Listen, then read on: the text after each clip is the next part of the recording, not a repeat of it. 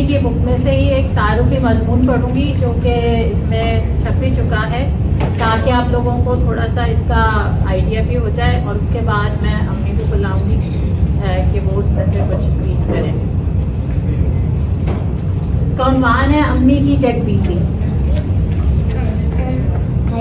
بچپن میں ایک بار جب امی سنہار کے ہاں کسی ضرورت کو پورا کرنے کے لیے اپنی چوڑی کی قربانی دینے گئی تو میں بھی ان کے ساتھ تھی، بلکہ گھر میں سب سے چھوٹی ہونے کی وجہ سے میں ان کے اکثر ساتھ ہی ہوتی تھی۔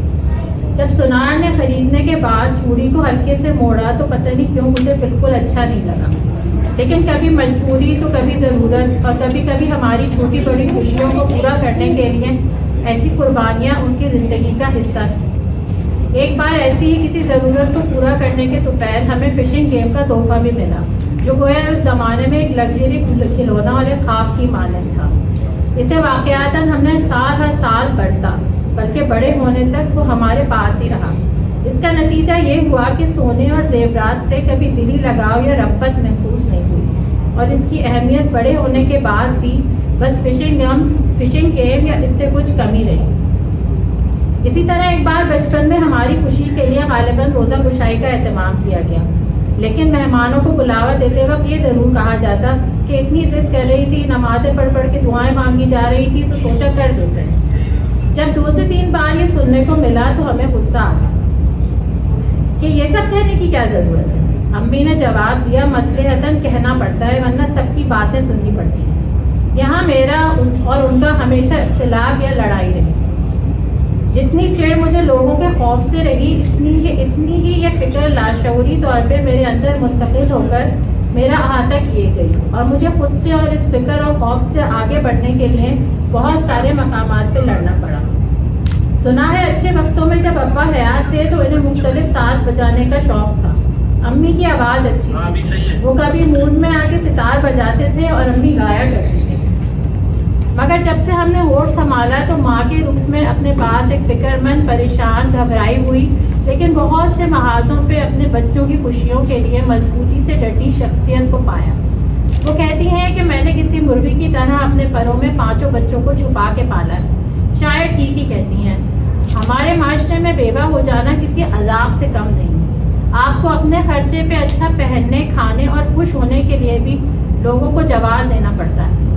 اب کچھ بدلاؤ آ رہا ہے جو کہ خوش آئند ہے، لیکن آج سے 40 برس پہلے کی دنیا خاصی مختلف تھی۔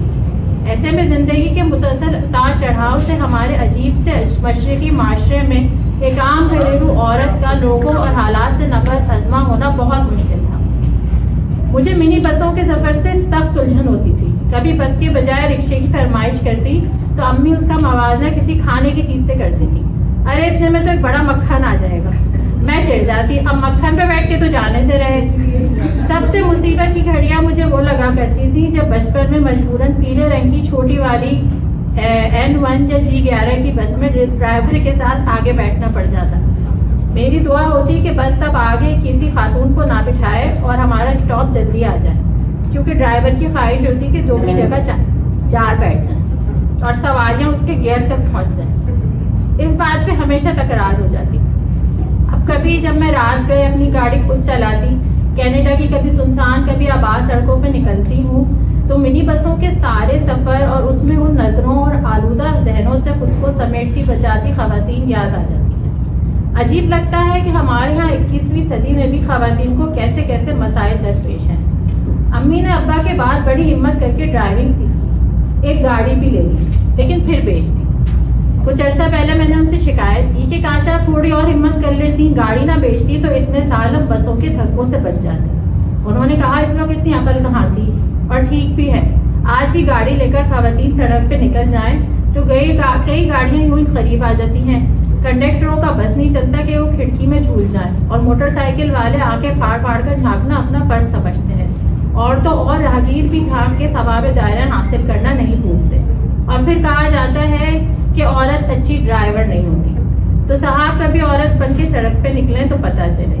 یہ تو فقط آج کی بات ہے، تو سالوں پہلے جب اکا دکا ایلیٹ کلاس کی خواتین ڈرائیو کرتی نظر آتی تھیں تو ایک متوسط طبقے کی عام سی خاتون کے لیے پیچھے سے شاید کسی تھپکی دینے حوصلہ بلند کرنے اور ہمت بڑھانے والے کا ہونا بہت ضروری تھا، جو کہ موجود نہیں تھا۔ سفر گزر گیا لیکن اس کی صحبتوں میں وہ خود کہیں کھو گئی۔ ہم سے نکلتی تو چھوٹے بہن بھائیوں کا غم لگا رہتا۔ ان کی شادی کے وقت چھوٹی بہنیں 3 اور 2 سال کی تھیں۔ امی کی شادی سب سے پہلے ہوئی تو ماں باپ کا وقت اور سپورٹ ان کو اور ان کے بچوں کو بہن بھائیوں کی توجہ کے ساتھ بھرپور ملی۔ اس کو امی نے ہمیشہ قرض جانا، حالانکہ ایسا نہیں ہونا چاہیے۔ ماں باپ کی محبت کا قرض اگر آپ کو کسی کو لوٹانا ہوتا ہے تو وہ آپ کی اپنی اولاد ہوتی ہے۔ نانا بہت پہلے گزر گئے اور نانی کے بعد وہ باقی بہن بھائیوں کی سپورٹ بن گئی۔ یوں مسئلے مسائل اور پیر کا چکر کبھی ختم نہیں ہوا۔ اس کے بعد ایک دور عجیب مذہبی رجحان کا بھی آیا، جس کی بدولت باقی ماندہ مشغلے اور شوق بھی کہیں اندر جا لگے اور وقت گزر گیا۔ ہم سب پڑھ لکھ لیے، اپنے اپنے کیریئر میں ترقی کرتے، شادیوں اور بچوں کے ساتھ اپنا خاندان ترتیب دیتے، زندگی میں اپنا مقام بنانے میں کامیاب ہو گئے اور ان کی ذمہ داریاں ختم ہو گئیں۔ 2015 میں جب وہ میرے پاس کینیڈا آئیں تو انہوں نے جگ بیتی کا فیس بک پیج بنانے کی فرمائش کی۔ یوں ہم دونوں نے کچھ وقت ساتھ لکھتے پڑھتے گزارا۔ ہم کئی باتوں کو لکھتے ہوئے بے ساختہ ہنسے، کئی لوگوں کی یادوں کی خوشبو کو ٹٹولا، اور میں نے پہلی بار ان کی ذات کے کئی پہلوؤں کو جانا۔ مجھے پتہ چلا کہ خود ساختہ بزرگی کے خول میں لپٹی خاتون کے اندر کبھی ایک زندگی سے بھرپور شوقین مزاج لڑکی بھی پائی جاتی تھی، جو کہ اپنا آپ بنوانا چاہتی تھی اور زندگی کو بالکل میری طرح کھل کے جینا چاہتی تھی۔ جگ بیتی پھر ان کا خواب، ان کا جنون بن گئی۔ مختلف مراحل سے گزرنے کے بعد آج یہ کتاب ہمارے ہاتھ میں ہے۔ میں نے امی سے جو سبق سیکھے اس میں شکر گزاری سر فہرست ہے۔ کتابوں اور لکھنے پڑھنے کا شوق بھی ان کے اور ابا کی طرف سے تحفہ اور ورثہ ہے۔ اپنے اصل پہ فخر کرنا، بناوٹ اور تضاد سے بچنا، مثبت سوچنا، ایمانداری اور سوشل ورک اور بہت کچھ مجھے بتائے بغیر اور میرے چاہے بنا میرے اندر منتقل ہوتا چلا گیا۔ مجھے خوشی ہے کہ جگ بیتی مکمل ہوئی۔ یہ ہماری نسلوں کے لیے ان کا ایک ورثہ ہے۔